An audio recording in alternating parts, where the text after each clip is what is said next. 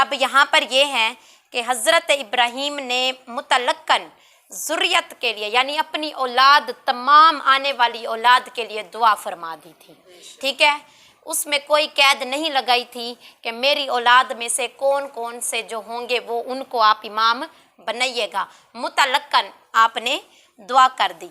تو اب اسی لیے جو ہے اللہ تعالیٰ نے آگے فرمایا تھا میرا عہد ظالموں کو نہیں پہنچتا، تو حضرت ابراہیم علیہ السلام کو علم تھا کہ ظالم اور کافر امام نہیں بن سکتے، لیکن اس دعا کے وقت ان کا ذہن اس طرف متوجہ نہیں تھا، یعنی اللہ نے کہا میں امام بنانے والا ہوں تو آپ نے متلقن فرما دیا کہ میری اولاد سے بھی، ٹھیک ہے، تو آپ نے قید نہیں لگائی کہ میری اولاد میں سے مومنین اور صالحین کو امامت عطا فرمانا، اور اسی لیے متلقن عرض کیا کہ میری اولاد سے بھی اللہ تعالیٰ نے مسئلہ واضح کرنے کے لیے فرما دیا کہ میرا عہد ظالموں کو نہیں پہنچتا۔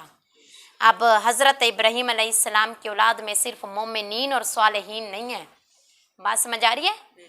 یعنی آپ کی اولاد میں اب وہ بھی ہیں جنہوں نے دین اسلام کو نہیں مانا، وہ بھی ہیں جو مشرک ہوئے، جنہوں نے شرک کیا، لیکن جب آپ دعا کر رہے تھے تو اس وقت آپ کا ذہن ان کی طرف نہیں تھا، آپ نے متلقن فرما دیا کہ میری اولاد سے بھی ایک امام بنائیے گا، لیکن حضرت ابراہیم علیہ السلام کی دعا قبول ہوئی تھی، یہ ہم آگے پڑھیں گے، اور امام آپ کی ذریت یعنی اولاد میں سے آئے تھے، یہ بھی ہم پڑھیں گے۔ تو یہاں پر میرا عہد ظالموں کو نہیں پہنچتا۔ یہاں پر آج ہمارا سبق ختم ہوتا ہے، وَمَا عَلَيْنَا إِلَّا الْبَلَاغُ الْمُبِينُ۔